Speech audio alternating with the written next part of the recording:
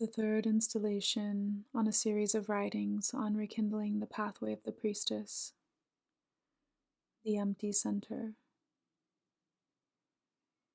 From here, we will dive right in, asking a worthy question that can be contemplated for eternity. How can we continue in every moment to empty and allow space for the divine to enter in? After we explore our senses and drink in the wisdom of the living masters, it is then time to set it all down, emptying the center. Just like a bowl that is being filled, that bowl will eventually also have to be emptied. If the contents were to remain, eventually stagnation would occur, and those contents would become fetid and sour. By emptying the vessel, we complete the cycle, integrating what we can, setting it all down, and beginning again.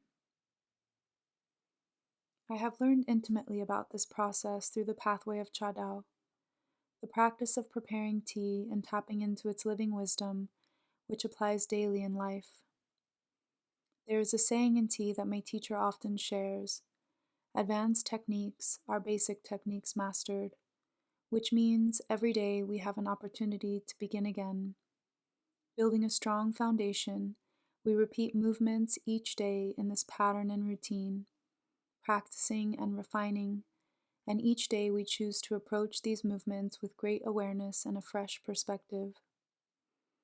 An opportunity to consciously meet each moment for the first time. In this space, we begin to see where our mind gets in the way, where the unconscious habits we have built over time taint our capacity to receive the purity of each moment. And so then this asks another question. How much are you willing to let go of to continue to become more of what you are and less of what you are not? This means setting down everything you think you have ever known, all the stories, programs, and conditionings, all the ways in which we identify, and all of our frozen opinions. We set down all of these things that create the walls of the boxes we live in to become more, to be the empty vessel that is connecting to the unlimited truth of source energy. To be a clear channel for the divine, we must set it all down. Purify, transform, integrate, surrender, and begin again. So how do we get there? A funny question when there is no destination. This is not something we can strive for and achieve. It is quite clearly the opposite of almost everything we have ever been taught, especially in Western culture. It is void of competition and grasping, and melts the duality of success and failure. Just like exploring the Tao, the moment we start talking about it, or looking for it, we have missed it completely. However, for the sake of this conversation, let's continue and explore briefly these holy laws. As above, so below. It is all connected. I'm sure you've heard this many times before. When we really start observing what is happening within the cosmos above, and we also observe how it all unfolds here on Earth, we begin to recognize themes of energy and movements that fit together like an intricate puzzle. We begin to touch this experience of heaven on earth, of the chaotic cosmic energy swirling on the winds, of the earth as reflected up in the sky. As the moon waxes and wanes, the tides in the ocean surge. As the constellations shift and we rotate around our sun, the seasons come and go. These are the natural laws and cycles, one thing always affecting another. As within, so without. When we really begin to recognize that all that is within is also without, that what comes to meet us in the external world is just a reflection of our own creation, we step into a new space where we realize that we create our reality and therefore are solely responsible for it. On all energetic, mental, and emotional levels, even physical, life mimics nature, mimics life. Our organs have similar expressions in nature as they do in our body. For example, walnuts look like our brain, our capillaries like the veins in a leaf, almonds like our eyes. And quite often, the natural medicines we find in turn support the organs that they have a similar resemblance to. As we broaden our perspective and surface from a limited tunnel visioned way of thinking, which only focuses on our small, limited self, we start seeing the correlations happening between ourselves and the world around us. We can then transform our experience and also see that as we make the space to shift, everything naturally begins to shift around us as well. As we heal our wounds and traumas, we stop attracting others that reflect those wounds back to us.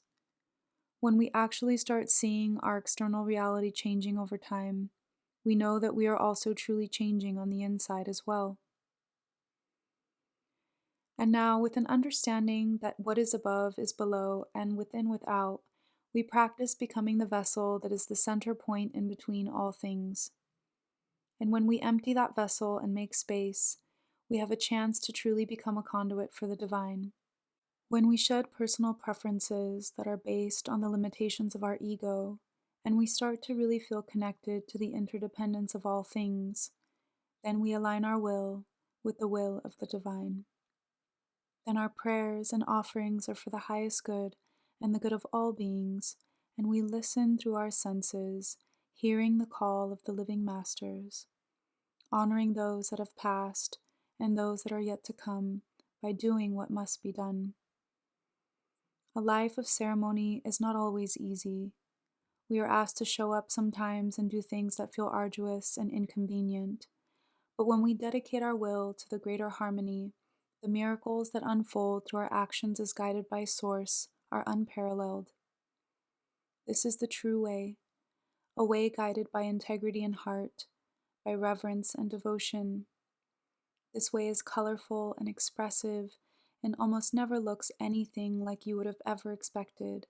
And as you find yourself in the midst of it all, you exclaim, "Of course, I would have never thought, but of course this is it."